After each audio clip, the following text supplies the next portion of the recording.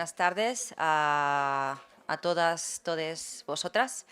Em, Vamos a empezar la segunda mesa, ¿no? del día, después de la previa que ha habido sobre los talleres en paralelo.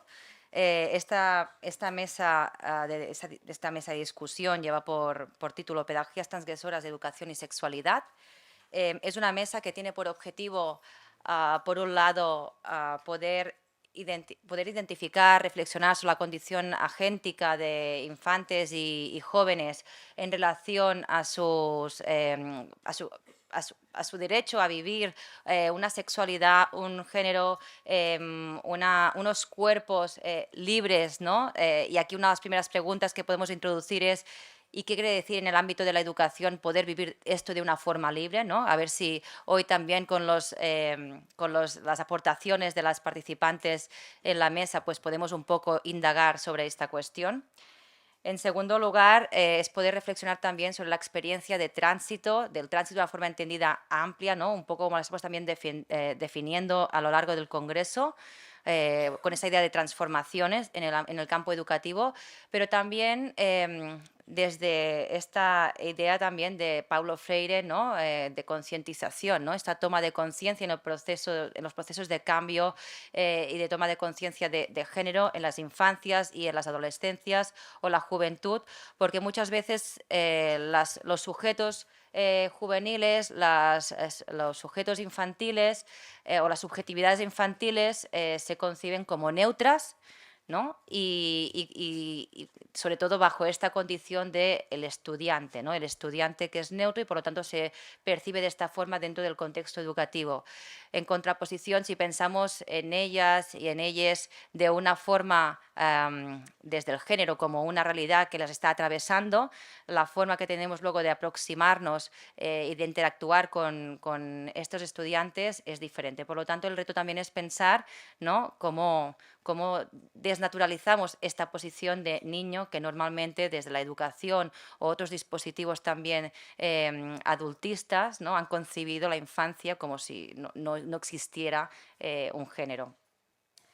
Por lo tanto, a continuación, y para poder pensar desde este derecho a la educación, de la diversidad de género, de los derechos sexuales y reproductivos en las primeras infancias y después también en la adolescencia y la juventud, vamos a pensar entonces en la idea de derecho, un derecho que es universal, que en un contexto también, lamentablemente, de incremento de los fascismos en el conjunto de Europa, esto también interviene en los currículums y determina muchísimo si pasamos a tener una pedagogía de trinchera en el contexto de los feminismos y educativos, o bien si podemos desarrollar e ir más allá de las pedagogías feministas tal y como estamos desarrollando en los últimos tiempos aquí en Cataluña. Entonces, paso a presentar a las personas que van a formar esta mesa. En primer lugar, a Bruna Álvarez. Es doctora en antropología desde el 2017 de la Universidad Autónoma de Barcelona. Su investigación de doctorado se basó en las maternidades en España y desde entonces lleva diversas investigaciones en el ámbito de la salud sexual y reproductiva con el grupo de investigación AFIN, también de la Universidad Autónoma, que además veremos también que junto con Estel Malgosa pues están trabajando conjuntamente en el proyecto, en el proyecto de tesis de Estel y que además se está desarrollando también en México, ¿no?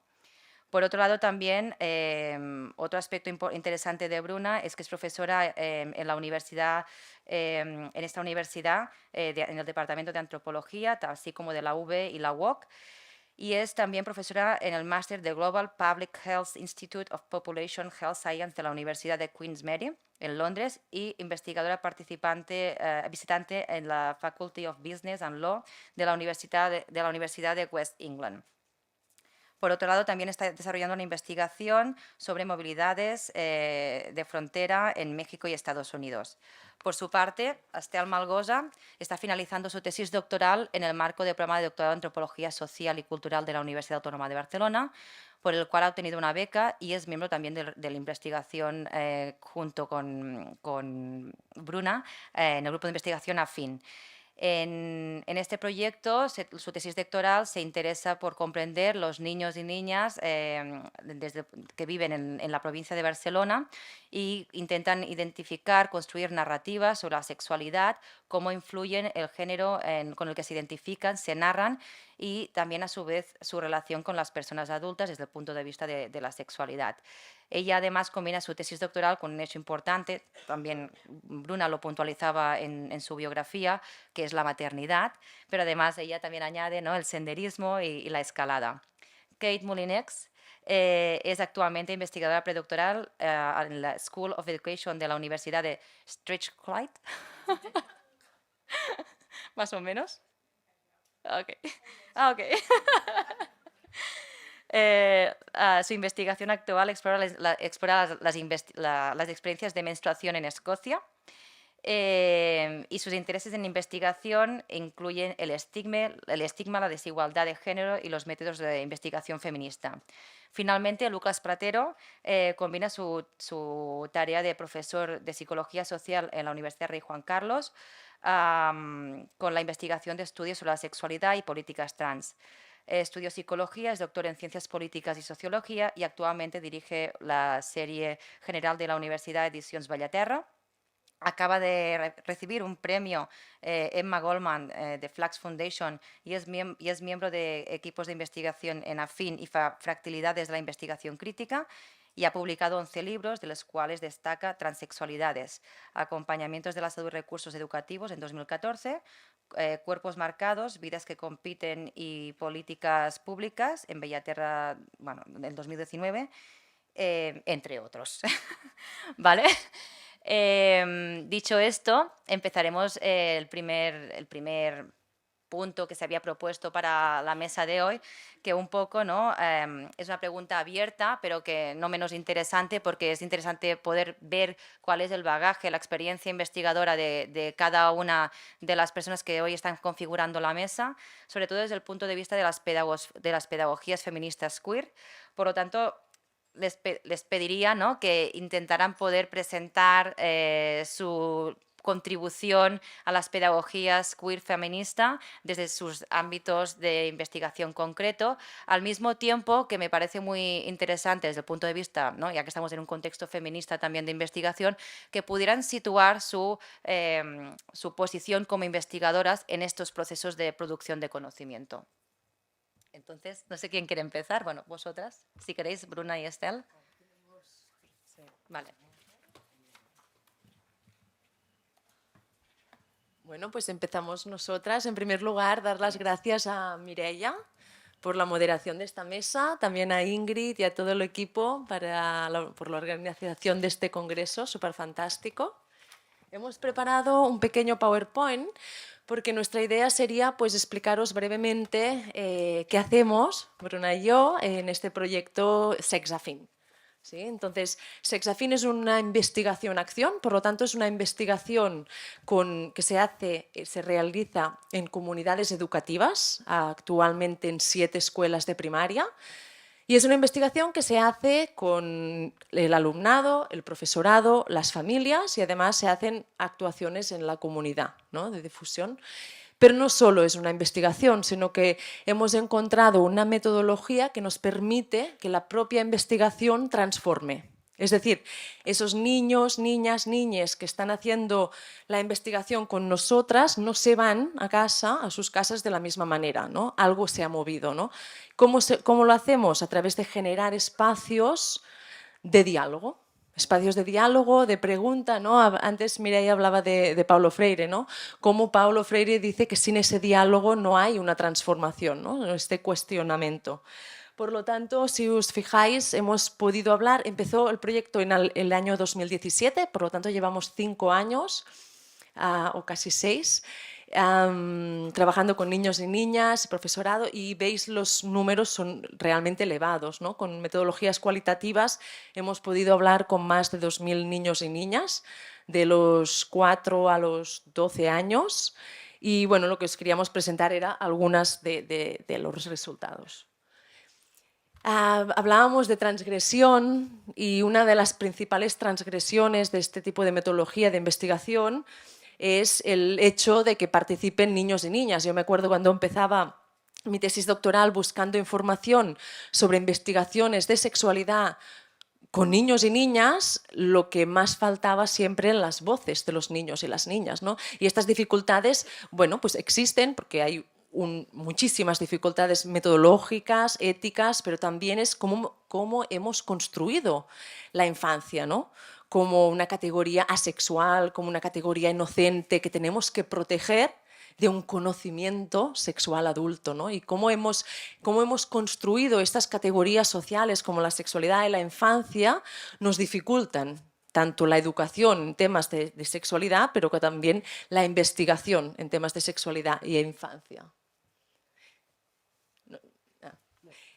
Y entonces vamos a ver qué nos dicen los niños, las niñas, les niñes, qué es la sexualidad. Si os ponemos ahora en vuestras cabezas, ¿qué pensáis cuando os digo sexualidad? ¿Qué imagen nos viene en la cabeza? No hace falta que la digamos, pero a ver qué imagen si coincide con esta que os mostrará Bruna. Cuando les preguntamos así, en frío, qué es la sexualidad, nos dibujan esto, que es un coito heterosexual, adultocéntrico, y la que queda allí, ¿no? Que tiene bueno, un bebé, ¿no? O sea, un tema reproductivo.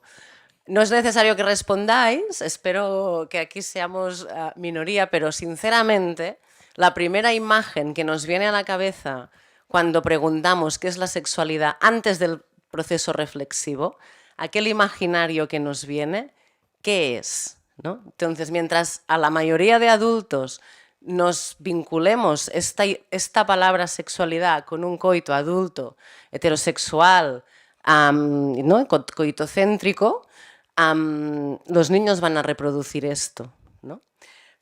Estábamos hablando de transgresiones pedagógicas.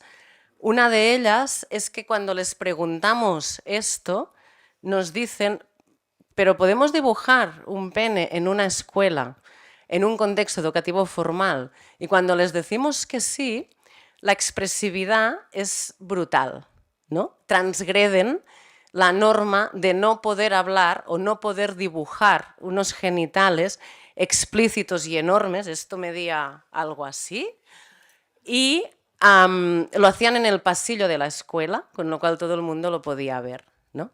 Esto es una transgresión de doble filo, porque fue en ese grupo con el que estuvimos trabajando fue difícil, porque necesitaban transgreder y con lo cual estaban mostrando una manera de hablar de sexualidad que podríamos identificar con unas masculinidades muy dominantes, muy desde la risa, de lo que entre el grupo de niños cis, ¿no? se tenía que decir. Y al final uno de ellos dio con la clave. Dijo, qué lástima, porque no lo hemos podido hablar. Hemos tenido que performar aquella masculinidad que se supone que tenemos que performar como niños, ¿no? masculinos, pero nos estamos perdiendo un espacio de diálogo que las escuelas tampoco estamos ofreciendo. Entonces, aquí es cuando decimos que el hecho de preguntar y dejar expresar implica una transformación, porque acompañamos en esta reflexión. Luego, otra transgresión es en las diferencias de género, que son brutales, y aquí hay dos cosas a tener en cuenta. Una es la necesidad de información que tienen.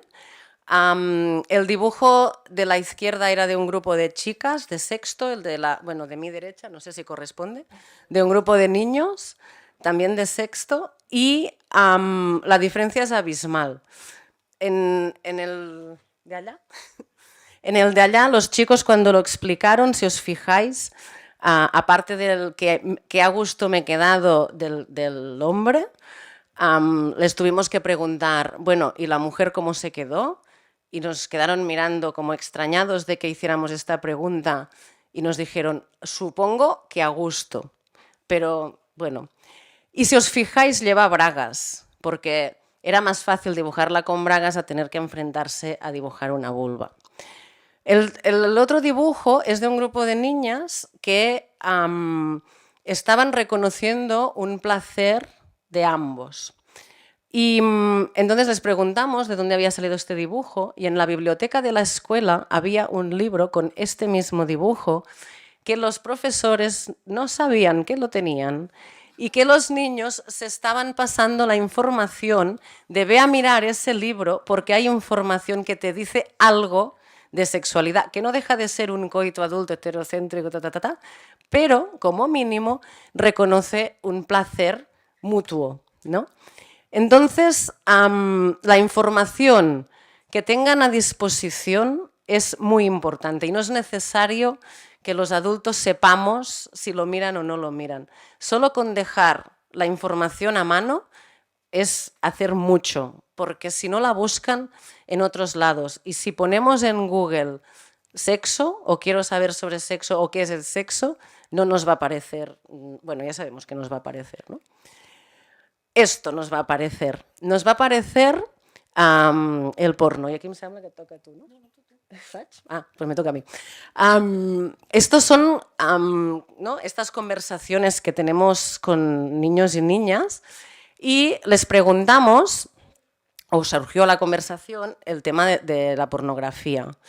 Y empezaron a decir que los niños no lo pueden ver, y pero ¿por qué? Porque está restringido. Pero, ¿por qué está restringido? No, es que es algo que no se tiene que ver, que está prohibida directamente para los niños. Ya, pero ¿quién lo mira entonces? La gente mayor. Pero ¿y por qué? Pues no lo sé, es que son como adictos. ¿Pero por qué se mira? Para aprender. ¿Creéis que el porno sirve para aprender? Sí. Esto es la información que tienen accesible para aprender de sexualidad. Y otro niño también de sexto, hablando de porno, yo he visto mucho porno, he aprendido mucho, pero hay cosas que hubiera preferido no ver. Son totalmente conscientes de aquello a que acceden, que es prohibido y que no todo lo que ven deberían haberlo visto. Y nos dibujan cosas así. 5 minutos a mí? Vale. Bueno, si os fijáis la cara se parece a Teo, que circulan por YouTube, circulan vídeos del Teo, de los dibujitos del Teo se va a pescar, con otros diálogos puestos encima, y lo que circula por YouTube es muy interesante saberlo, saber a qué están accediendo y a qué contenido están accediendo. Y aquí sé que hay una diferencia generacional, que como no nos interesa demasiado los adultos, nos perdemos un montón de información a los que ellos tienen acceso y son sus fuentes de información. Y... Ahora sí. Sí, y de hecho, también, por ejemplo, preguntábamos qué sabían o con quién hablaban de sexualidad y muchas veces nos decían que hablaban con las familias sobre cómo se hacen los bebés. Es decir, que a pesar de que hay un esfuerzo, ¿no?, de separar la reproducción de la sexualidad, a nosotras, en nuestros datos, aparece muy vinculada, ¿no? Ya veíamos al principio que sexualidad es un coito vaginal y si acaso, ¿no?, una barriga embarazada, ¿no? Cuando nos hablan de reproducción, de cómo se hacen los bebés, una vez hicimos esa pregunta. Entonces, pues ¿cómo se hacen los bebés? Y nos dimos cuenta que los grupos de niñas, sí, porque hacen grupos cuando hacen los dibujos y los hacen ellos y ellas. Y normalmente nos quedan segregados por género performado a veces, ¿no? Pues muchos grupos de niñas nos dibujaban el cuerpo embarazado, nos hablaban de la maternidad, del parto, de la regla y del embarazo. Y en cambio los grupos de niños nos hablaban de las prácticas sexuales, la masturbación, las fantasías, etcétera, etcétera, el placer. Por lo tanto, una de las cosas que vimos es que si hablamos solamente con niños y niñas de sexualidades de la reproducción, estamos dibujando una sexualidad totalmente adulta, que excluye a los niños y a las niñas, porque normalmente no practican estas prácticas sexuales o el coito, pero además, ¿no?, es heterosexual, pero además invisibiliza estos placeres sexuales femeninos, más allá del placer de ser madre, ¿no? Ah, y también, claro, luego empezamos a mirar los libros de sexto de primaria, que normalmente se da al tema clave que todo el mundo está esperando, que es el de la reproducción, y nos dimos cuenta que se hablaba de aparato reproductor. Y eran unos aparatos reproductores y no aparato genital. Por lo tanto, en ese aparato reproductor no existe el clítoris, no se habla del clítoris, ¿sí? De hecho, estamos explicando, cuando explicamos el tema de la reproducción, explicamos que se necesita un espermatozoide, que normalmente viene de un orgasmo, aunque no lo explicamos socialmente, hay una vinculación del espermatozoide con un placer, pero necesitamos normalmente para fecundar un óvulo, que aunque no lo explicamos, se asocia a la menstruación, que socialmente está vinculada al dolor. Por lo tanto, explicando la reproducción, explicamos un dolor femenino y un placer masculino, ¿no? ¿Cómo anem de temps? Nos estamos pasando, ¿no? Bueno, pues y ya como para terminar, una vez hicimos con un grupo de niños y niñas de sexto que hacían teatro, hicimos unos talleres de investigación-acción y luego ellos crearon una obra de teatro que representaron en todo el pueblo, un pueblo de 2000 habitantes. Y la obra de teatro se llamaba esto, si tú tienes huevos y yo tengo peras. Y el resumen que lo habían hecho ellos decía, ¿os imagináis que un niño o una niña os preguntase qué es una nariz y le respondierais que hasta que no sea más grande no le podemos explicar? Pero mientras vamos oliendo, ¿no? Nos pasa lo mismo con la sexualidad. Yo creo que más claro no nos lo pueden decir. Nos están diciendo que es su derecho y el derecho de tener esa información, de comprender sus cuerpos, deseos, identidades, etc. Por lo tanto, tenemos como que respetar, ¿no? Bueno, va, nos estamos pasando, me sabe mal. También el placer, ¿no? El placer era como una parte que nos costaba de poder llegar a hablar con niños y niñas de placer, sobre todo porque el profesorado y las familias nos cuentan en la investigación que el placer es la dimensión que más miedo da, ¿no? El placer sexual. Y nosotros entrábamos a hablar del placer a través de sus cuerpos, ¿no? Y nos contaban que para ellos y para ellas el placer es comer pizza, es hacerse un masaje en la espalda o acariciarse la vulva, ¿no? Esas cosquillas, ese placer de una forma más holística es lo que definían los niños y las niñas como placer. Y yo creo que lo dejamos aquí. Siempre nosotras hacemos devoluciones y esto es una infografía que hicimos para dar o devolver esos resultados a las familias y a las comunidades educativas donde estamos trabajando y donde los niños y las niñas, sus voces, sus verbatims, nos dan muchas sugerencias, muchos consejos sobre cómo quieren que les hablemos de sexualidad. Hello, thank you, Mira, and for hosting, and Ingrid and everyone for organising today. Okay. Oh, do you want to? No, sure? Okay. My name is Kate. My research at the University of Strathclyde within the School of Education looks at experiences of menstruation within Scotland. I'm currently in my third year of my PhD, so very much so in the midst of analysis.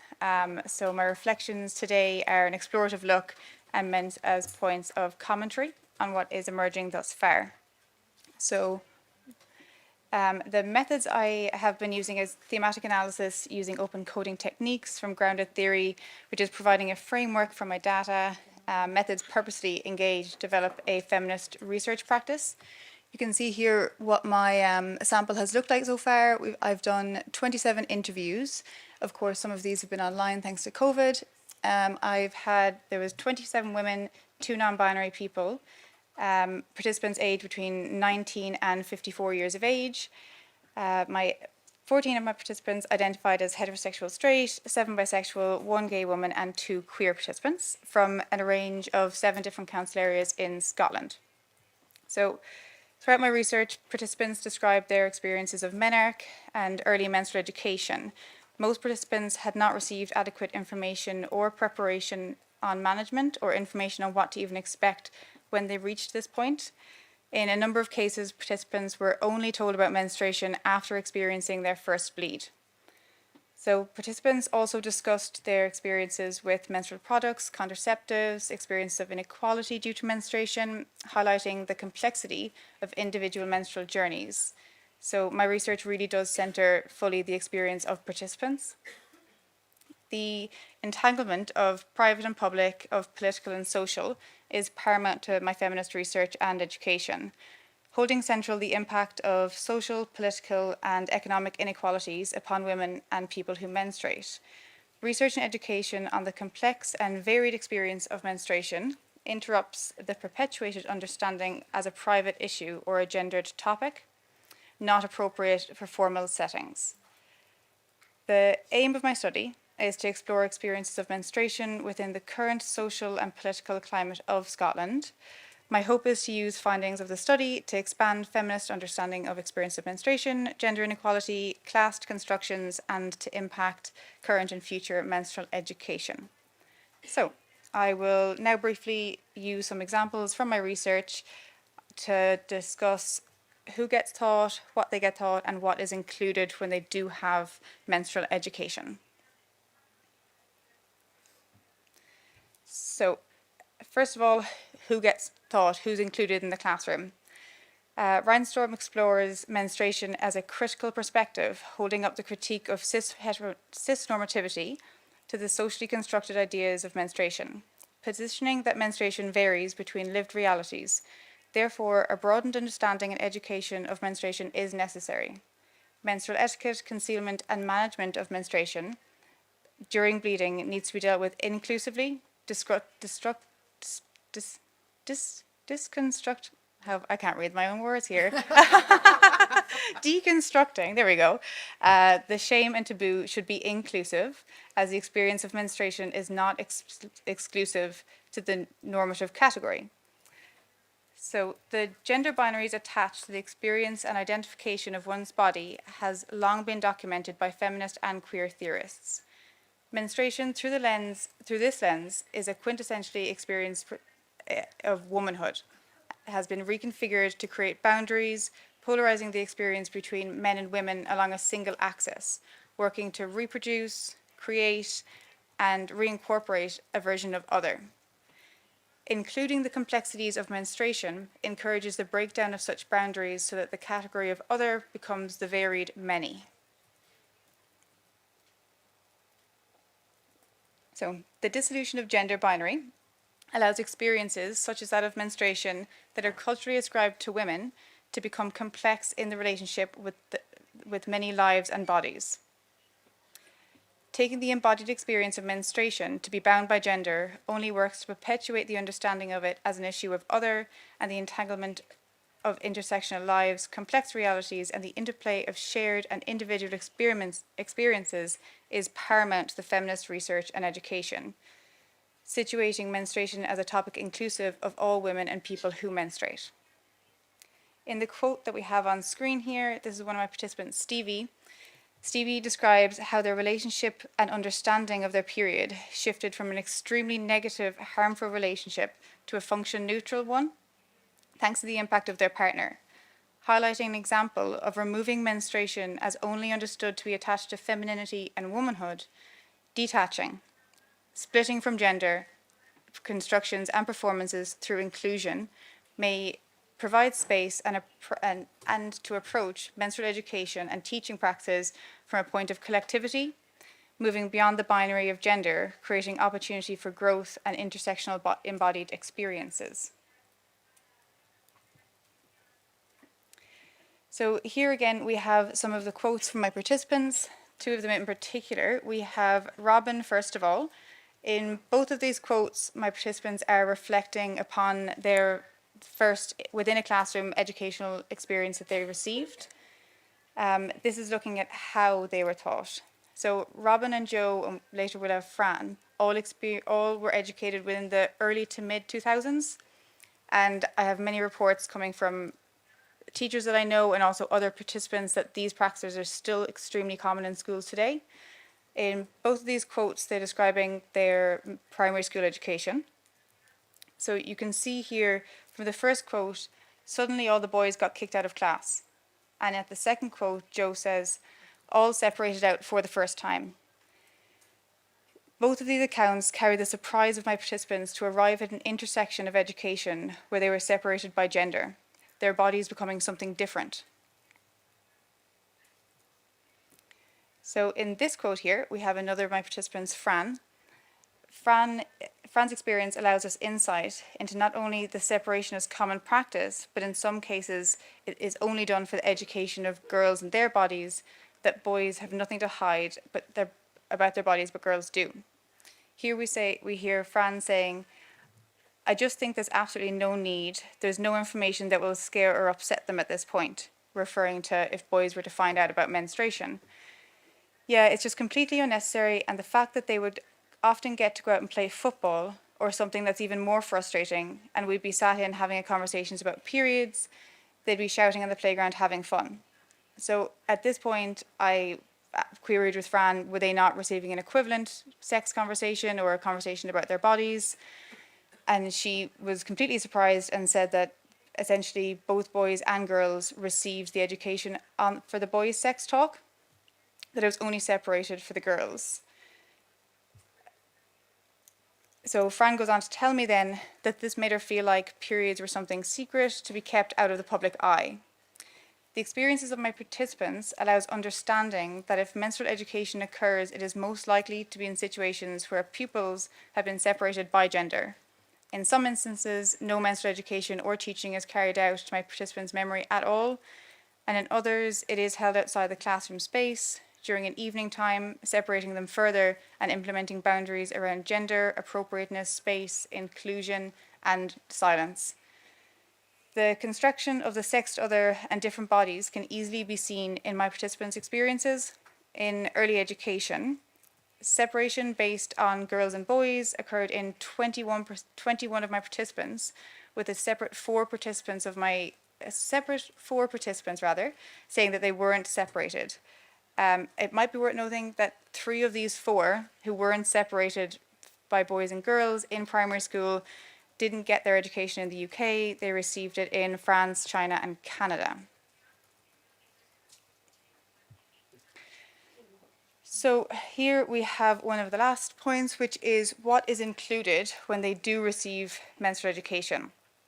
What my participants recall being told is that information around menstruation do they remember receiving when classes or evening talks were held at all.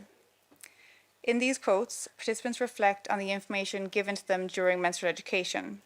First off here we have Emily. Emily tells me that she doesn't remember receiving any formal education at all. Emily interestingly went to an all-girls school, and she went on later to tell me that they watched a sex ed video which showed a heterosexual couple engaging in, to her memory, having sex, but yet the menstruation was completely void and just didn't appear in that conversation at all. But so then in the second quotes here we have Adrienne. Adrienne in these 2 quotes accounts the lack of holistic experience. Her lack of education and information on her periods and the impact of her period that would have later on her body and her mind was completely missing from her education. In Adrienne's case, she specifically recalls being called into into a talk that was held in the evening in her school, and that was the extent of her learning within. This final one here, the second last one, we have Megan. Megan says, I hadn't had any acknowledgement of this is going to happen to you, which is why when it did happen, Megan was extremely confused, asking for help, what's happening to me? This idea and this experience wasn't only one of Megan. Many participants were confused, frightened, in fact thought that their health was at risk and perhaps were dying when they first experienced menarche. Megan reached menarche in secondary school and had never before been told that she would have a period, leaving her panicked and confused. A feeling not isolated to Megan, passing through the entirety of her primary education without any form of menstrual education. In this last quote, we have Stevie. In Stevie's case, menstrual education was provided in her school, saying, I think it was good that they told us about it, but I don't think that the way they told us about it was particularly helpful because it made it seem scary. There was a dedicated lesson, but it was provided by a senior teacher. Stevie recalls it being both informative and frightening. highlighting the importance of what pupils are taught and the impact of the language to seek help in the case of menstrual disorders, experiences of inequality, and general well-being is highly important. So I guess one of the most surprising aspect of this process has been that discussing within the current shifting political understanding of menstruation, such as shame and stigma, often participants, after recounting and having these long, in-depth conversations with me about their early educational memories within primary and secondary school, they begin to consider the possible route for their difficult menstrual relationship and journey, which they hadn't thought about, completely repressed, and just had never journeyed back into their memories of education. So my research allows insight into the experiences of students and the methods of teaching about periods, into the restrictive practices that hamper discussion and actively draw boundaries around the bodies of women and people who menstruate. Thank you.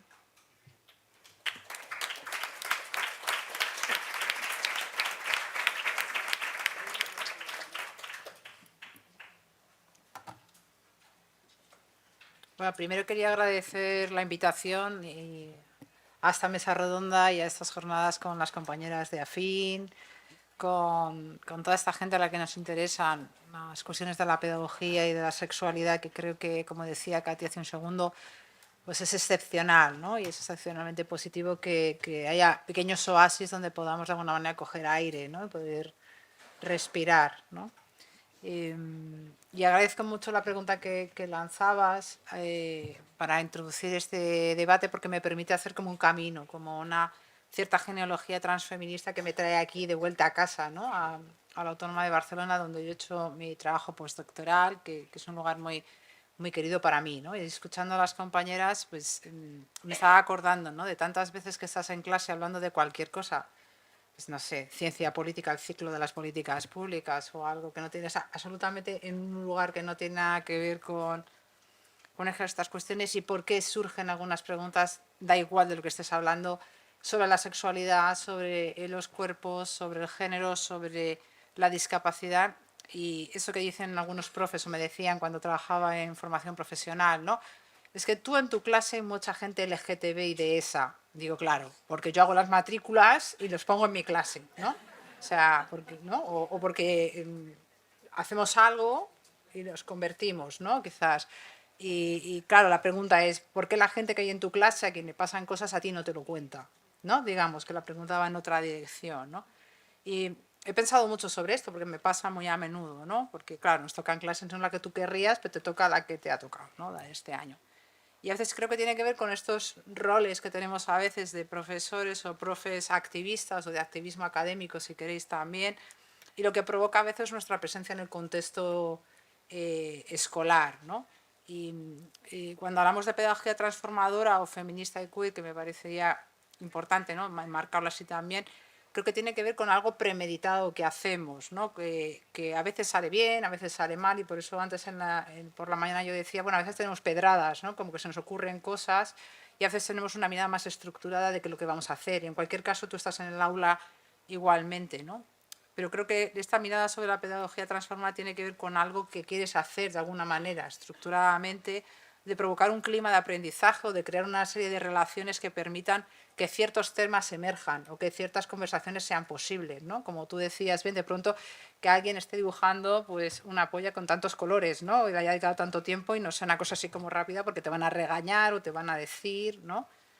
Entonces, en ese hilo quizás lo voy a hacer con saltos en el tiempo, pero ahora mismo yo en lo que estoy trabajando es en un proyecto de investigación europeo, se llama Colorful Childhoods, que trabajamos sobre el empoderamiento de la infancia LGTB y sus experiencias con la pandemia. Y bueno, pues ahora mismo lo que me tengo que hacer, el compromiso con la Unión Europea, grupos de investigación, entrevistas a profesionales de infancia, cuestionarios online, un consejo de jóvenes, un seminario de profesionales. Vamos, cuando nos ponemos a prometer cosas a la Unión Europea, luego se nos olvida que hay que hacerlas todas, ¿no? Esto es para mí acordarme para la próxima vez. Y claro, ¿qué cosas estamos encontrando ahora que tenemos todo esto en proceso y no hemos acabado? Pero de momento los datos preliminares que tenemos es cosas que salen una y otra vez, y es interesante que aunque no hemos hecho tantos grupos de discusión, se repiten temas, ¿no? Y eso que son chavales y chavalas que no se conocen entre sí y hablan de la falta de escucha, ¿no? Y tú vas allí y pones una merienda y les lanzas preguntas, pero lo estás apuntando, ¿no? Te dicen, lo estás apuntando, pero te estás asegurando de que la grabadora graba bien, porque esto es que no nos hacéis caso, ¿no? O sea, como que tú de punto representas a todas las personas adultas y te lo están diciendo a ti, se lo están diciendo de alguna manera a muchas de esas otras personas con las que tienen una interlocución. Y no es que no digan las cosas, es que no les escuchamos, ¿vale? Porque su experiencia durante la pandemia, y esto es algo que hemos visto en el trabajo con Miguel Ángel López Sáez, hicimos un cuestionario online durante la pandemia dirigido a personas adultas para que nos contaran cosas sobre la pandemia, sobre el apoyo percibido, sobre el racismo alrededor, al interior de la comunidad LGTB, sobre apoyo de la familia, ansiedad, consumo de drogas, yo qué sé, nos pusimos ahí locos a hacer una cosa larguísima. Y nunca pensábamos que iban a participar personas menores de edad. Y de hecho tenemos una participación muy grande de gente de 13 en adelante. Y de pronto pues tenemos datos de este momento y decían cosas, a pesar de que era un estudio cuantitativo, también cogimos otro tipo de datos y nos decían que se les estaba borrando la identidad, que la estaban perdiendo en todo este tiempo primero de la pandemia, ¿no? ¿Os acordáis? Bueno, primero el encierro, las medidas de distancia, los chavales que no iban a la escuela, que no podían salir de casa durante tantísimo tiempo. Y eso fue un castigo específico a los chavales que estaban señalados como vectores de peligrosidad, estaban señalados y señaladas como personas que propagaban la pandemia, si no os acordáis, les decían cosas como vas a venir a casa y vas a matar al abuelo o a la abuela porque vas a traer el COVID a casa y por tu culpa se va a morir, ¿no? Es decir, que ha habido un señalamiento específico a la gente joven que ha afectado a todo el mundo, ¿no? Es decir, luego voy a lo LGTB, ¿no?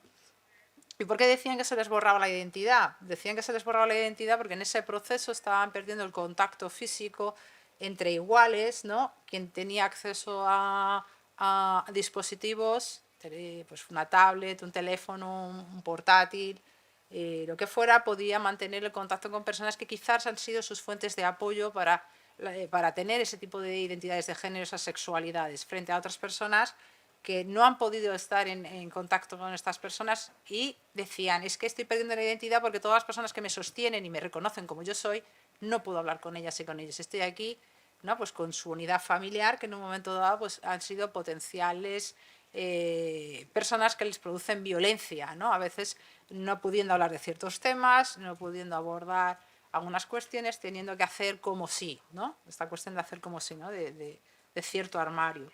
Y tanto en los artículos que hemos trabajado con Miguel Ángel como en el trabajo que estamos haciendo en este proyecto europeo, lo que encontramos, por supuesto, que es de todo el paraguas LGTB, no es un todo.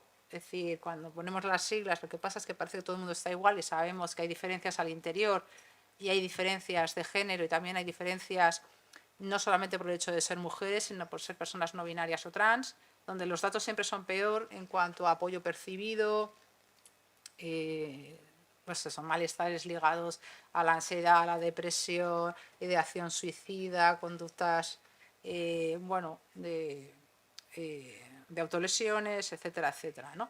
Cuando entrevistamos a los profesionales de la infancia hay una gran brecha entre aquellos que están en servicios especializados y los que no, y aquellas personas que están en servicios como de teléfonos de apoyo, sitios de prevención de acoso, etcétera, etcétera, no perciben que lo LGTB vaya con ellos y con ellas.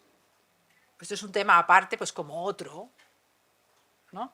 Entonces, bueno, más que como otro será combinado con, a través de, junto a, pero no es otro, ¿no? Entonces, cuando les preguntas, pues sí, haría falta formación, haría falta saber de estas cosas, pero es que nosotros no tenemos muchas llamadas de estas. Claro, yo me pregunto cuántas llamadas que sí son de estas tú no reconoces porque no tienes, digamos, como este entrenamiento para poder leer entre líneas, porque claro, tú ponte la sensación de que eres 13 años, estás en tu casa, llamas a saber muy bien cómo, o chateas, no sabes muy bien cómo, con servicios o con teléfonos de ayuda a la infancia, y a ver cómo le transmites a otra persona que está al otro lado, que no sabes cómo va a recibir estos temas. Los chavales ya saben que las personas adultas no somos siempre gente en la que se puede confiar. Y esto es un dato bastante grave. Porque luego queremos que nos pregunten sobre las drogas, sobre los trastornos de la alimentación, sobre el sexo seguro. Y hemos dado muchas pistas a lo largo del tiempo. Hablábamos antes de las mentiras a los niños y a las niñas, ¿no? Han crecido con mentiras dulces sobre la muerte, sobre el sexo, sobre las drogas, pero queremos que nos digan, ¿no? Otro tipo de... Y por supuesto queremos que digan que no a todo, no al sexo, no a las drogas, no sé qué, cuando no les hemos dejado tomar decisiones. Bueno, todavía estamos como explorando estos datos, pero bueno, hay toda una rama de la literatura que sorprendentemente nos está costando mucho publicar en español, porque las revistas españolas nos dicen que no son que este tema no incumbe a la revista en particular porque no es de interés, o que cómo sabemos que la gente es LGBT si han participado en un cuestionario online y no los hemos visto en persona. Este me costó bastante, estuve 3 días con un cabreo monumental, porque claro, tú imagínate que la encuesta fuera sobre cualquier otra cosa en la que tienes que decir que eres un hombre o una mujer, o si vives en Valladolid o en Cuenca. ¿Cómo sabes que vive en Cuenca? Has ido a buscar a esa persona a Cuenca para saber que vive en Cuenca, pero tú sospechas de la sexualidad y no sospechas de Cuenca. A lo mejor...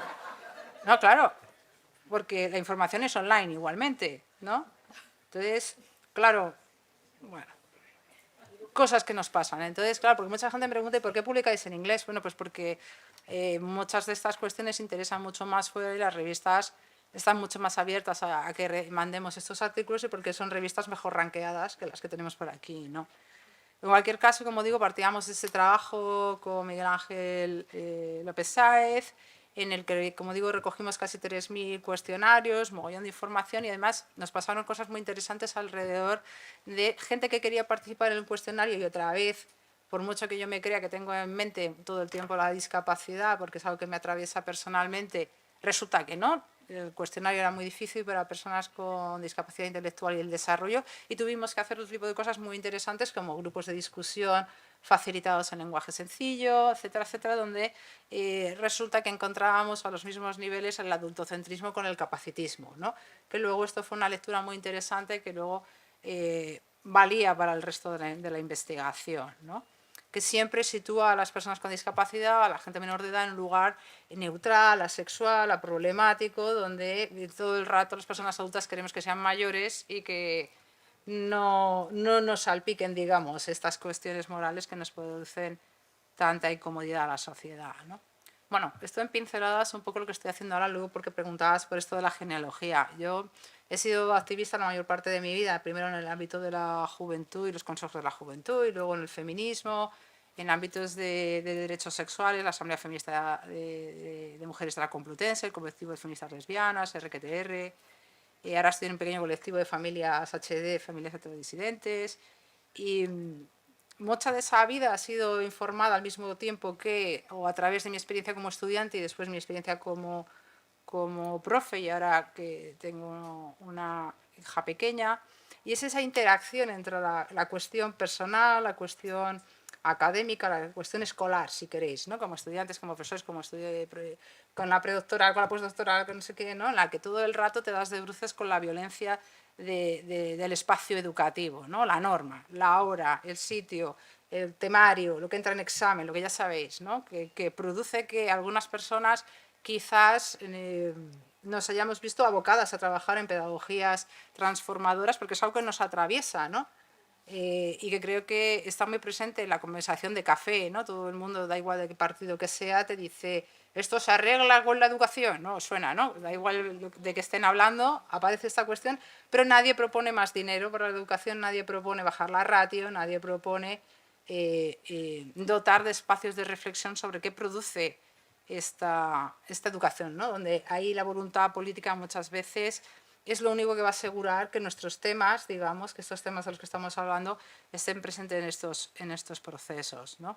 Mi trabajo ha estado muy atravesado por la sexualidad y el género, pero no solo, por un cuestionamiento de la normalidad, por un trabajo específico sobre la interseccionalidad, sobre cómo transformar espacios precarizados, cómo usar el humor, cómo pensar sobre la educación sexual integral, cómo utilizar algunos conceptos disruptores, pensar un poco sobre las relaciones de poder o la importancia del lenguaje. Y por otra parte se crucea este otro hobby que yo tengo, que es el trabajar con libros, ¿no? Está aquí hoy por allí Alex, ¿no? Que trabajamos en Ediciones Bellaterra, y hoy ha salido, por ejemplo, un libro que enfoca muy bien lo que a mí me gustaría hacer, ¿no? Como otro tipo de pedagogía transformadores, se llama La rebelión de las hienas, relatos corporales de las personas intersex, que espero que tengas uno para mí para verlo, porque todavía no lo he visto en persona, en papel, que es impulsar el trabajo de otras personas, ¿no? que es un trabajo generoso de leer manuscritos, de acompañar procesos de otra gente, en la que hay temas que aparecen o que son peligrosos, o que son minoritarios, o que solamente se ven desde un enfoque médico. Y un poco mi otra perspectiva, mi otro trabajo sobre este ámbito es impulsar, como digo, trabajos como el de Mer Gómez con los relatos corporales de personas intersex, o esta semana también está saliendo Hablemos de Sexo, una guía de 400 y pico páginas sobre educación sexual para adolescentes, que os he dejado en la entrada ahí unas postales muy chulas. Bueno, un poco por utilizar lo genealógico para hablar de estos trabajos. Gracias. Genial, muchas gracias.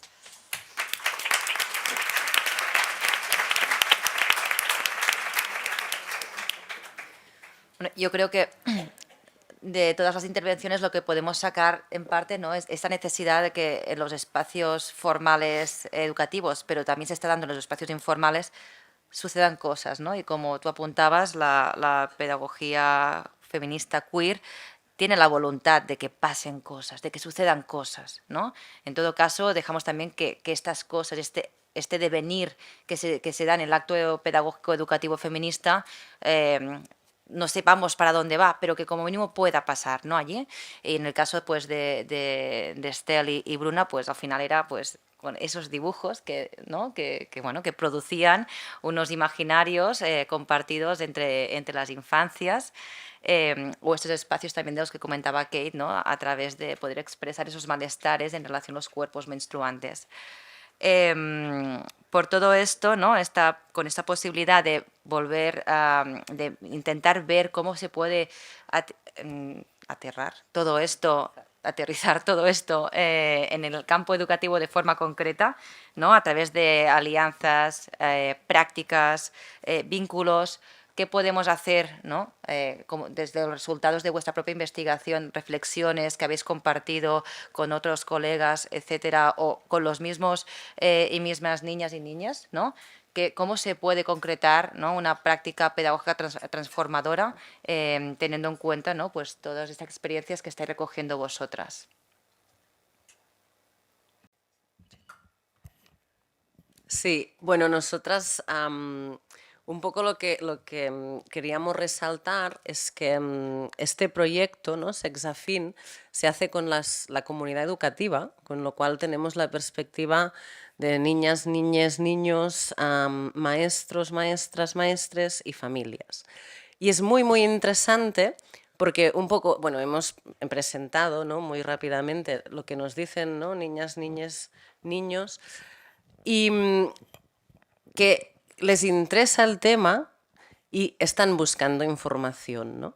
Entonces, un poco lo que estamos viendo es que desde la escuela en general, y nos sale siempre que trabajamos con maestras, nos dicen, no, es que en la escuela ya lo estamos haciendo todo, pero es que claro, en la familia. Entonces, esto me ha gustado ahora, Mireia, que estabas hablando de alianzas, ¿no?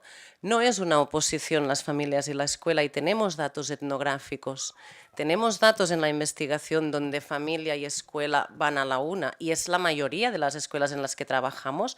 No hay oposición de las familias les interesa el tema, y reconocen las familias que maestras, maestros no tienen herramientas. Entonces, sí que es verdad que hay algunas pocas familias que no firman los consentimientos informados y no participan, ¿no?, sus hijos e hijas en el proyecto, pero son muy pocas, muy, muy pocas. Y los datos etnográficos no nos están diciendo que hay una oposición entre familia y escuela y que van en una tensión, algunas, pero no la mayoría. Y tenemos un ejemplo de un trabajo etnográfico que hemos hecho en una escuela muy progresista, en un barrio de clase media, que no era nada conflictivo, con familias súper puestas en el género, que tiraban adelante la comisión de coeducación de la escuela, que participaron en el proyecto. Y los resultados de los niños era un discurso súper equitativo de género y unas prácticas en las que se reproducían, ¿no?, resultados similares a lo que hemos visto en los dibujos. Entonces, yo como propuesta de alianza, ya que estamos en un contexto, ¿no?, de profesionales de la educación, crear alianzas con las familias, o sea, aparte de los niños, niñas, que ya sé que estáis trabajando mucho en considerarlos, ¿no?, parte de este proceso educativo, pero también con las familias. No es aparte lo que pasa en la escuela y lo que pasa en las familias. En muchos de los casos, yo diría en la mayoría.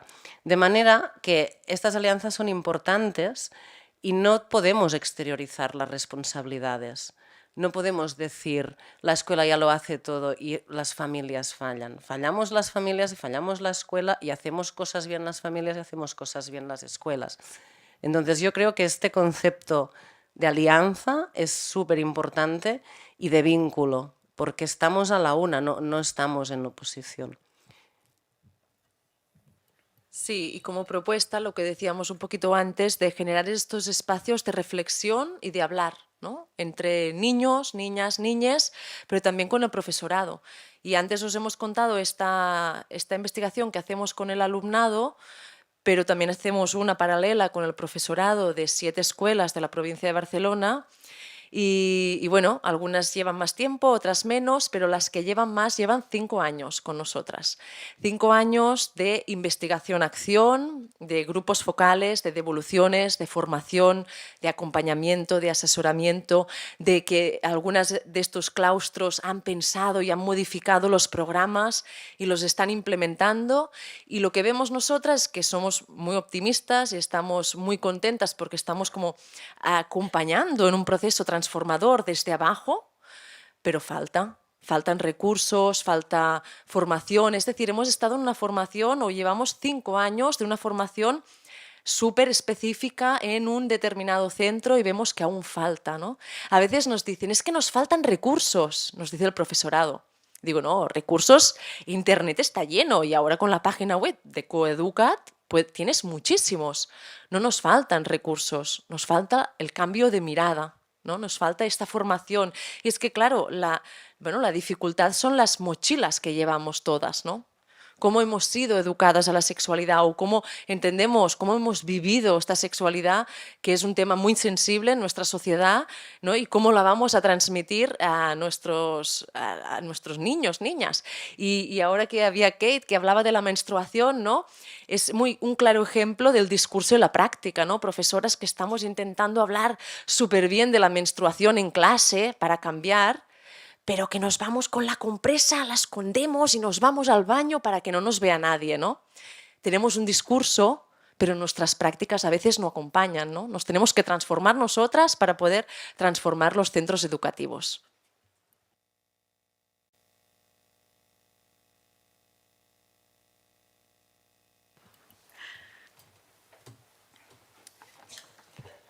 Okay. So as Yvette mentioned earlier on, Scotland passed the Period Products Bill, which is the provision of free products, in November of 2020.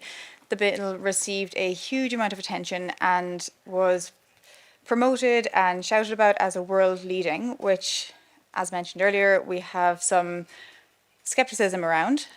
Essentially, it assures educational providers ensure period products are obtainable to any person who needs them free of charge. The Period Products Bill sets out 3 key areas of intent.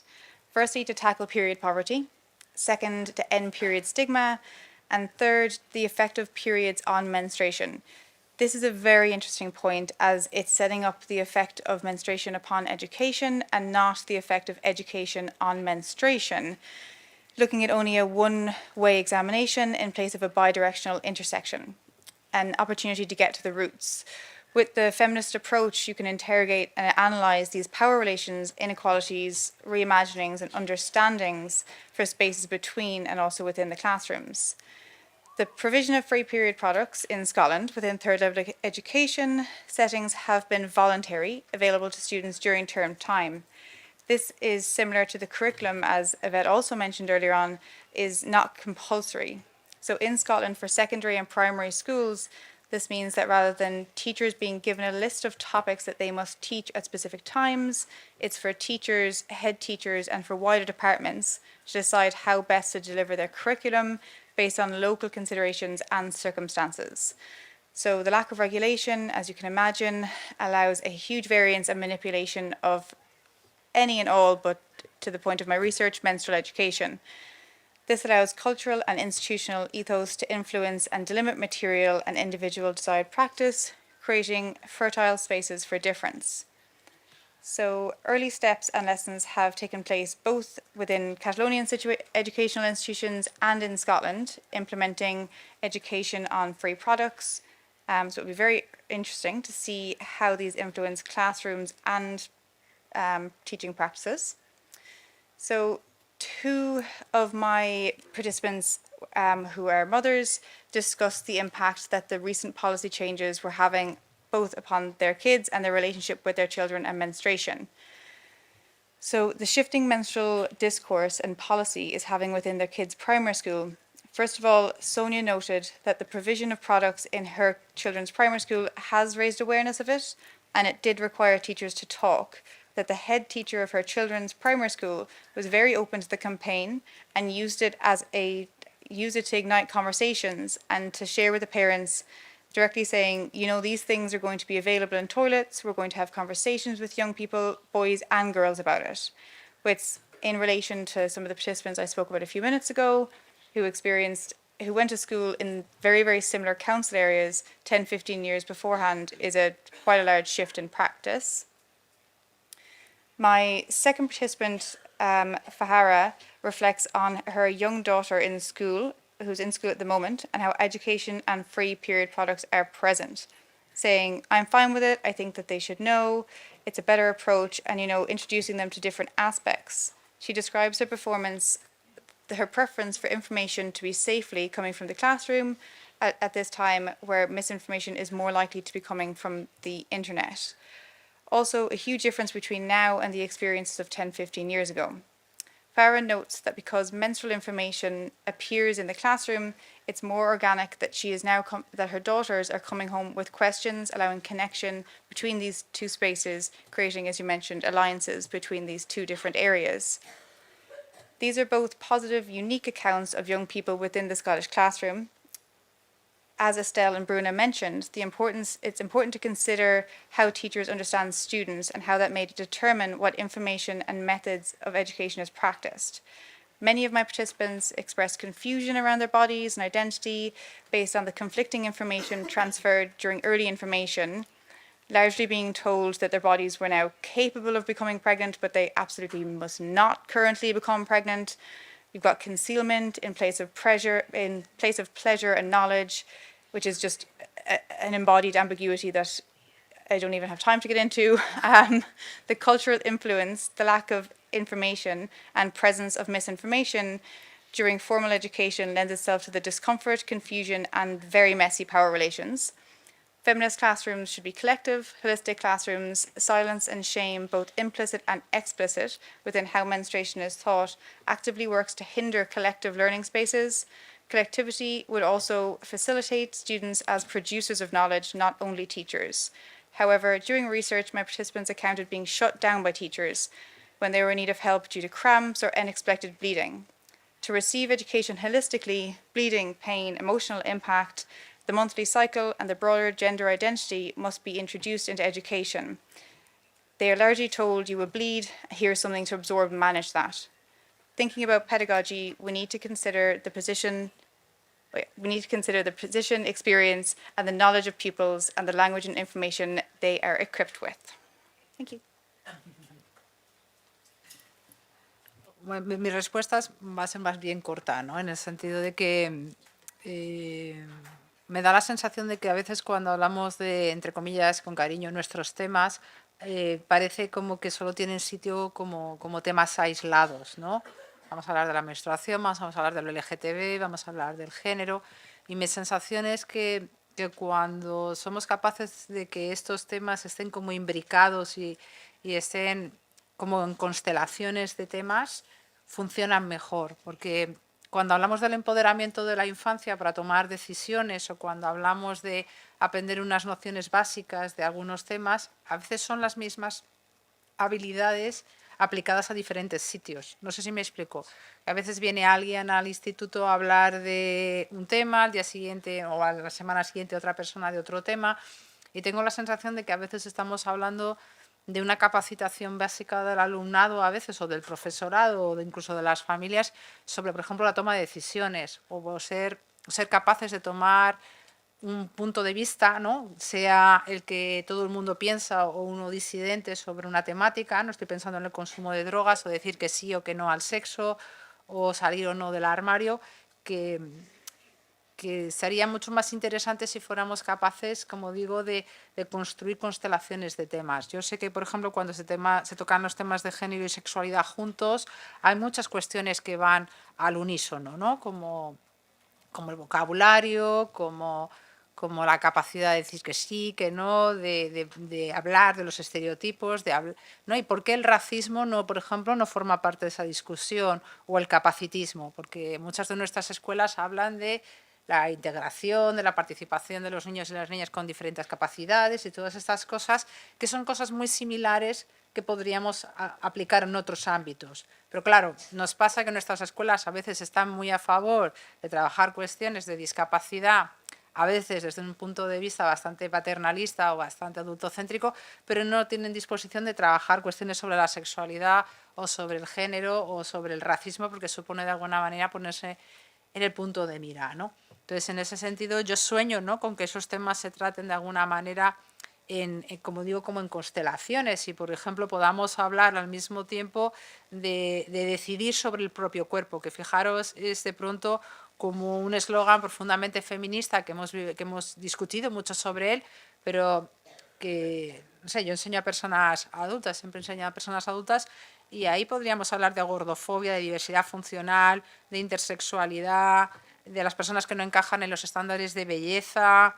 de la despatologización de las enfermedades mentales, de elegir la maternidad o la paternidad o no elegirla, ¿no? El derecho a la muerte digna, lo digo por coger solamente una cuestión, el derecho a decidir sobre el propio cuerpo, o las luchas con alterizadas, o el derecho a cambiarse de nombre, ¿no? Son espacios o preguntas o temas en los que no solamente hay un grupo de personas, sino un conjunto de grupos de personas que en alianza se entienden mucho mejor, ¿no? Porque si no, pensaremos que cambiarse de nombre es un problema de las personas trans o de las personas migrantes, ¿no? Cuando cambiarse de nombre es una cosa que le puede pasar a mucha gente. De hecho, todo el mundo cuando era pequeño o pequeña, muchas veces te llamabas de una manera, ¿no? Clarita, ¿no? ¿No? Sí, ¿no? Hay una niña de mi cole que es Clarita y, bueno, pues mi madre sigue siendo Carmencita y tiene 70 y tantos. Esto quiere decir que hay algo de esto, que alguna gente cambia de nombre con la edad, la gente cambia de nombre cuando cambia de escuela porque le apetece probar otro nombre, a veces la gente no tiene nombres compuestos, pero el marco normativo y el marco en el que presentamos los temas como de una manera monofocal, solo vamos a hablar de género, y género significa mujeres, vamos a hablar de sexualidad y significa enfermedades, vamos a hablar de racismo y vamos a hablar de estos 3 niños negros de mi clase. No sé si me explico. Lo hacemos un poco regular esto, ¿no? O lo hacen esto un poco regular otras personas, ¿no? Entonces, ahí tengo la sensación de que tu pregunta era muy acertada, ¿no? Con el tema de las alianzas, que puede ser un punto de vista pedagógico, puede ser una manera estratégica, puede ser una apuesta política también de cómo nos acercamos a estos temas, porque como hablamos de la menstruación puede ser profundamente excluyente de las personas trans o profundamente incluyente, o puede tener un punto igualitario con el tema de la pobreza, ¿no? Entonces, o excluyentes, si estamos hablando de copas menstruales, ¿quién las puede pagar, no? Vale, muchas gracias. Claro, yo desde aquí lo que veo, ¿no?, también es, por un lado, ¿no?, esa idea de constelación, de que la pedagogía feminista queer lo que hace es vamos a intentar, ¿no?, trabajar las cosas en su conjunto sin generar unos apartados inconexos entre ellos, pero al mismo tiempo buscando, ¿no?, esos elementos de la opresión, de la desigualdad que se producen pero sin intentar reproducir esos binarismos, ¿no? que se han ido comentando. Y la idea de alianza también, ¿no? A mí también lo que me lleva a pensar es que muchas veces pensamos en la educación cerradas en la escuela, ¿no? Y superar las barreras de la escuela se hace necesario. Y aquí en Cataluña la experiencia es que desde el activismo feminista, que se organiza en el entorno de colectivos feministas, pero también de entidades del tercer sector, con muchas compañeras feministas queer, están también, ¿no? alimentando, nutriendo todas estas, todos estos proyectos, ¿no? que a veces desde la escuela también son más limitados. Bueno, sin querer alargarme yo ahora mucho en conclusiones que se podían sacar de la mesa, porque son muchas, creo que es pertinente poder un poco abrir el turno de preguntas a estas horas de la tarde. El turno de preguntas, por si bueno, queréis un poco también dialogar con las participantes. Así que adelante. Hola, buenas tardes. Muchas gracias a la organización por esta mesa que es muy, muy, muy necesaria. Me he llevado muchas cosas positivas, pero tengo una pregunta para Bruna y para Estel. ¿Vosotras habéis considerado en vuestra investigación que esa protección de la infancia de la que se habla, que sí que es verdad en algunos casos de proteger a la infancia, que ciertas cosas que son propias de personas adultas no se les transmitan, no se aplica a las infancias migrantes? Porque se produce una adultificación de las infancias migrantes. Bueno, esto donde lo hemos visto muy claramente es en Ciudad Juárez. Estamos haciendo un trabajo, el mismo proyecto en Ciudad Juárez, y allí lo hemos visto muy claramente. Hemos trabajado con niños y niñas institucionalizados, pero institucionalizados porque el contexto social implica que bueno, muchas mujeres son madres monomarentales. Entonces, de lunes a viernes los chicos están en instituciones religiosas mayoritariamente y en ese contexto sí que tenían unos conocimientos de prácticas sexuales muy realistas y pensamos que era un poco por la situación de vulnerabilidad social, probablemente porque estaban en espacios, vivían, ¿no? como en espacios pequeños donde el acceso a ver lo que hacían los adultos era fácil y los estábamos trabajando un poco en esta línea.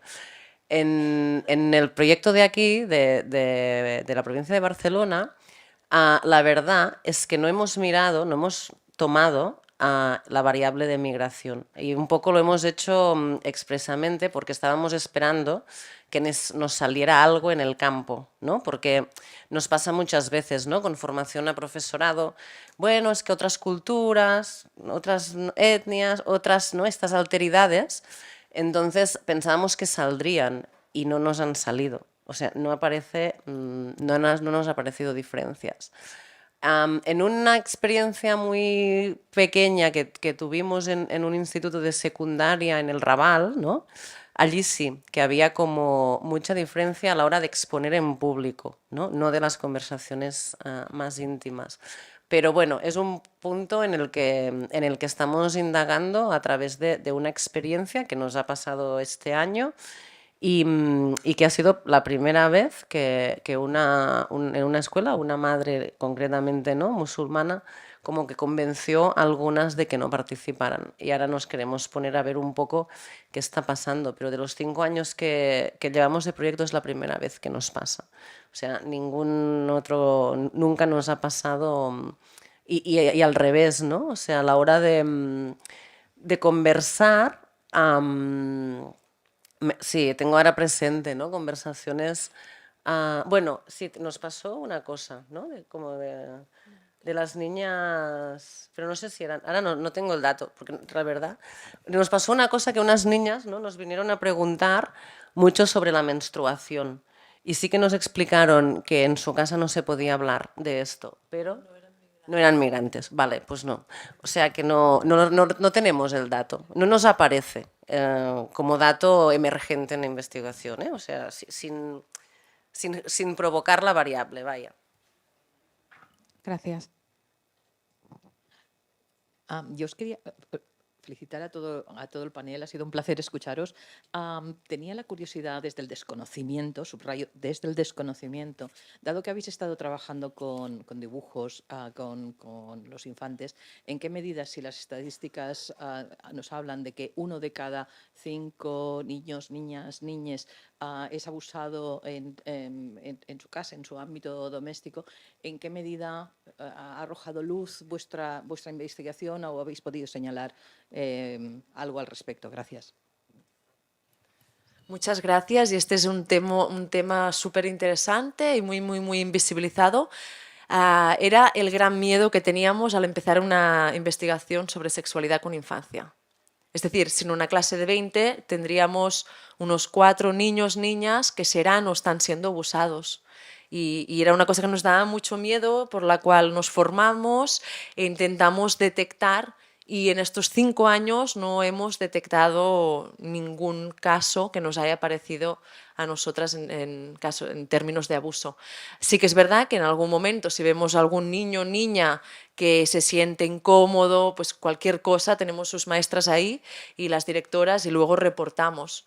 Algunas veces en algún taller sí que la maestra nos ha dicho, mira, esta niña ha sido abusada, entonces, y yo me acuerdo de haberme fijado muchísimo, ¿no?, la atención, y luego ver los datos, y no había como diferencias en las narrativas de las amigas o del resto del grupo, ¿no? Entonces yo creo que esto es un tema muy preocupante, porque en una investigación con tantos niños, niñas, tantas horas, no nos ha aparecido nada, está realmente muy invisibilizado.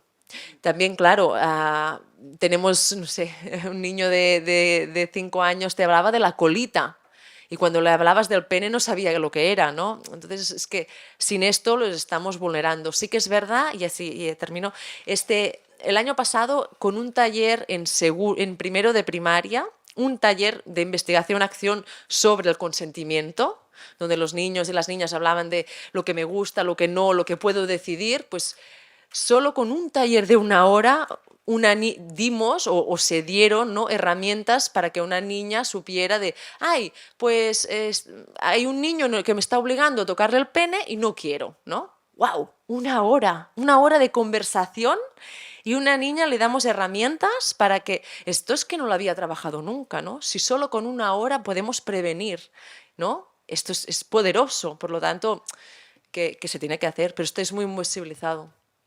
Sí, yo quiero decir que retrospectivamente mis estudiantes de FP y de la universidad son gente joven adulta, de 18 a 20 y tantos. Yo nunca he dado este tema en clase y no he tenido una fila de personas esperándome para contarme algo que no le han contado a alguien o que no se lo han contado a casi nadie, y tiene que ver con los abusos. Es decir, que retrospectivamente sabemos, ¿no?, por la gente que estudia magisterio, educación infantil, FPs varias de servicios a la comunidad, que estos datos no son mentira.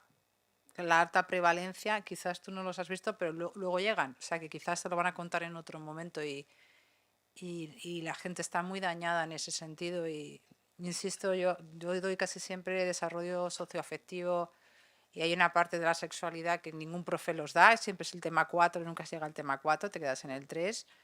Y cuando lo das, que yo no me lo salto, tengo una fila de estudiantes. Y luego hay gente que luego sabes que va a tener un absentismo, que va a dejar de venir una temporada porque ha abierto una puerta que no tiene que ver con lo académico, tiene que ver con lo personal. Entonces, aunque sea retrospectivamente, me parece que es un tema que a mí sí me sale, a mí los números sí me salen. Bueno, de hecho, nosotras tenemos una experiencia que no prosperó como abuso, pero no se sabe. Y bueno, sí vivimos un bloqueo, ¿no?, durante los talleres de una niña, pero ¿qué protocolo hay? O sea, lo conversamos con la escuela, además era una escuela súper abierta y súper concientizada, y estaba tratando otros temas de niños que habían sido abusados y lo comentamos, pero pudieron hablar con la familia, explicar qué había pasado, y de aquí nos siguió. Entonces yo siempre me he quedado con la duda de bueno, realmente hay un protocolo que garantice que ante alguna actitud que están las maestras, que está la escuela, se puede ir más allá. bueno, por la formación que hemos hecho, más bien parece que no. Entonces, o sea, es un tema complejo y preocupante y sí estoy totalmente de acuerdo con Lucas que las cifras son estas, sí, sí. Se lo decimos, cuando hacemos la formación a los maestros, de pensad estas cifras y pensad los niños que están siendo abusados en vuestra escuela, pero es muy difícil.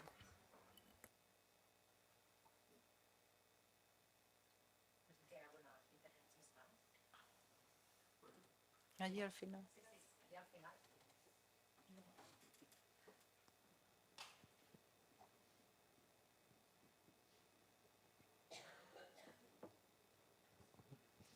Buenas tardes, gracias también a todas otra vez.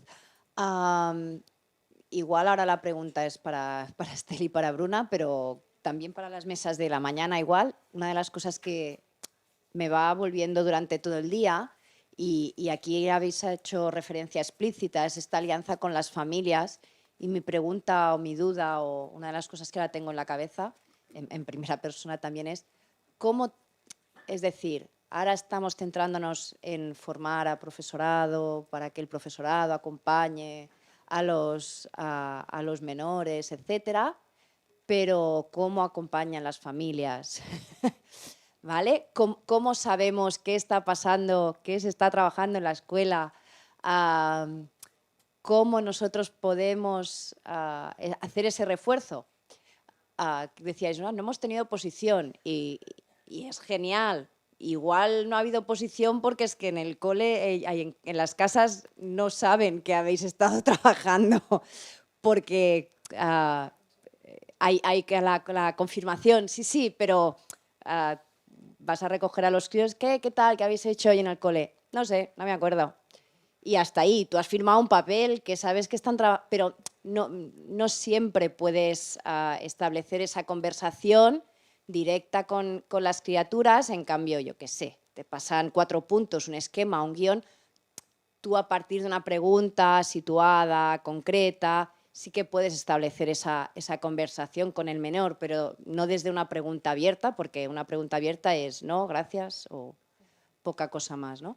Y bueno, y ahora me estoy encontrando en primera persona de me gustaría poder establecer ese vínculo de las cosas que pasan en el cole y cómo lo acompaño desde casa, pero también sé que es más trabajo para la escuela y que faltan horas, ¿no? Pero bueno, saber si está en vuestro o en alguno de los planes que se estén trabajando. Sí, esto es súper interesante, ¿no? De ver cómo involucrar a las familias, cómo hacerles partícipes, ¿no?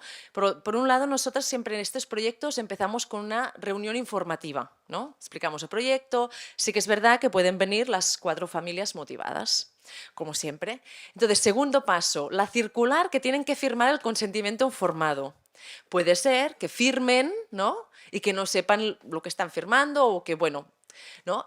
Tercer paso, el día que hacen el taller, que saben el día porque la circular lo dice, normalmente los niños y las niñas se van con un diploma que dicen que han aprendido muchísimo sobre sexualidad. Y la idea era que llegaran a sus casas y fuera como la excusa de que la familia dijera, qué bonito, ¿no? ¿Y qué habéis trabajado? Pero puede no darse esta conversación, ¿no? Y la cuarta acción que hacemos con familias, bueno, muchas veces hacemos también grupos focales, para elaborar un diagnóstico de cómo se está educando o acompañando las sexualidades de las casas. Y luego hacemos una devolución. Devolución hemos probado todo, formatos charla, formato vídeo o formato esa infografía, ¿no? Maneras de transmitir a las familias, pero claro, tiene que haber interés. ¿Cómo se está acompañando? Tenemos datos de muchísima buena voluntad a veces, ¿no? De falta de herramientas y esas mochilas que también pesan a las familias, ¿no? O otras, ¿no? Antes en la mesa hablábamos de una viñeta de una madre que entrevistábamos que nos explicaba que le había explicado a su hijo de 6 años que los bebés venían de las estrellas. Le parecía muy bonito. Esto lo entrevistaba una compañera y al mismo tiempo yo estaba entrevistando a su hijo de 6 años, de primero de primaria, que me contó que el pene se tenía que introducir dentro de la vagina para hacer los bebés. Ese niño nunca más le va a preguntar algo a su madre. ¿no? Porque no le ha contado la verdad.